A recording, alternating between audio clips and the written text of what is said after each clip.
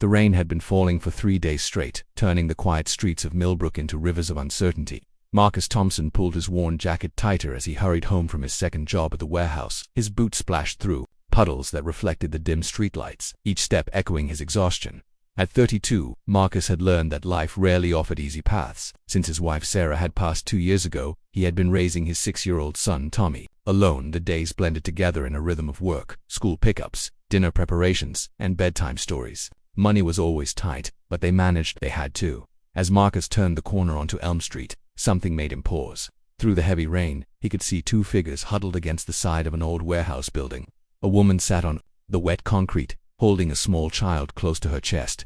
Even from a distance, Marcus could see they were soaking wet and shivering. His first instinct was to keep walking. He had his own problems, his own child to worry about, but something in the way the woman held herself, protective yet defeated, reminded him of the nights when Sarah had been sick, when vulnerability had been their unwelcome companion. Marcus approached slowly, not wanting to startle them. As he got closer, he could see the woman's face was bruised, her lips swollen. The child in her arms, a little girl who couldn't have been more than 4, was pale and silent.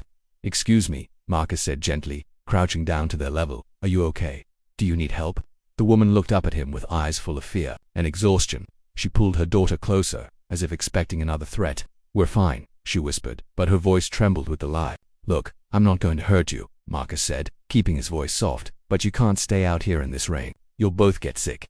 He paused, thinking of Tommy waiting at home. "I live just a few blocks away. You could dry off, get warm. I have a little boy about her age." The woman studied his face for a long moment. Perhaps she saw something trustworthy there, or perhaps desperation made the choice for her. "I'm Alina," she said finally. "This is my daughter, Sophia." "I'm Marcus," he replied. "Come on, let's get you both somewhere dry."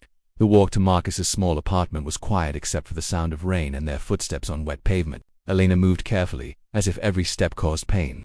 Sophia never made a sound, her large dark eyes taking in everything around her with the watchful silence of a child who had learned too early that the world could be dangerous. Marcus's apartment was modest but clean. Toys were scattered across the living room floor, and the smell of the evening spaghetti dinner still lingered in the air. Tommy looked up from his coloring book when they entered, his eyes widening with curiosity rather than fear. "Dad, who are they?" Tommy asked with the direct honesty of childhood. "This is Alina and Sophia," Marcus explained, helping them out of their wet coats. "They're going to stay with us tonight because of the storm." While Alina and Sophia warmed up with hot chocolate and dry clothes that Marcus had found, he called his neighbor Mrs. Patterson, who sometimes helped with Tommy. She agreed to watch both children while Marcus took Alina to the hospital to have her injuries checked. At the emergency room, Alina finally told her story. Her boyfriend Marco had been drinking more and getting angrier. The violence had escalated over months until that evening, when he had beaten her badly enough that she knew she had to leave or risk worse. She had grabbed Sophia and run into the storm with nothing but the clothes on their backs. "I have nowhere to go," Alina admitted as they sat in the hospital waiting room. "No family here, no money saved. I've been too afraid to make friends, to have anyone who might ask questions." Marcus thought about his own struggles, about the nights he had wondered how he would manage alone. "You can stay with us for a few days," he heard himself saying, "until you figure out your next step."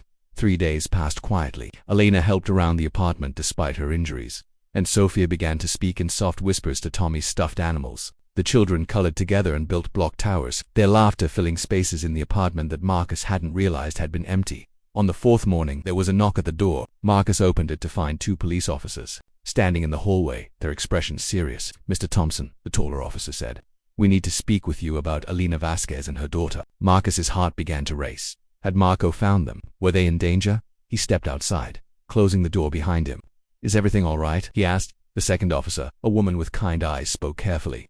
"Mr. Thompson, we've been investigating Marco Delgado for several months. Not just for domestic violence, but for his involvement in a drug trafficking operation. Elena's decision to leave when she did. She may have unknowingly saved herself and her daughter from something much worse than abuse." Marcus felt the weight of this revelation settle over him. "What do you mean?" "Marco was arrested 2 nights ago," the first officer continued. "We found evidence in his apartment that suggests he was planning to use Alina and Sophia as leverage in a deal gone wrong. By helping them escape when you did, you may have saved their lives." The officers explained that Alina would be placed in a witness protection program, given a new identity and relocated somewhere safe. The trafficking ring had been larger than they had initially suspected, and Elena's testimony would be crucial in bringing down the entire operation. That evening, as Marcus helped Alina pack the few belongings he had been able to provide, she turned to him with tears in her eyes. "I don't know how to thank you," she said. "If you hadn't found us that night, ... You don't need to thank me," Marcus replied. We help each other, that's what people do. Sophia ran to Tommy and hugged him goodbye, whispering something in the ear that made him smile. Alina kissed Marcus's cheek and whispered, "You gave us hope when we had lost everything. That's a gift I'll never forget." As Marcus watched the unmarked car drive away, taking Alina and Sophia to their new life, he felt Tommy's small hand slip into his. "Are they going to be safe now, Dad?" Tommy asked. Marcus squeezed his son's hand. "Yes, buddy, they're going to be safe." That night, as he tucked Tommy into bed, Marcus reflected on how one moment of compassion had rippled outward in ways he never could have imagined. He had thought he was simply helping two strangers out of the rain. Instead, he had played a part in dismantling a criminal operation and saving 2 innocent lives. The rain had stopped, and through the window, Marcus could see stars beginning to appear between the clearing clouds. Sometimes, he thought, the smallest acts of kindness create the biggest changes. Sometimes helping others helps us discover the best parts of ourselves. He turned off the light and headed to his own room, knowing that tomorrow would bring new challenges, but also new possibilities for making a difference in the world, one small act of compassion at a time.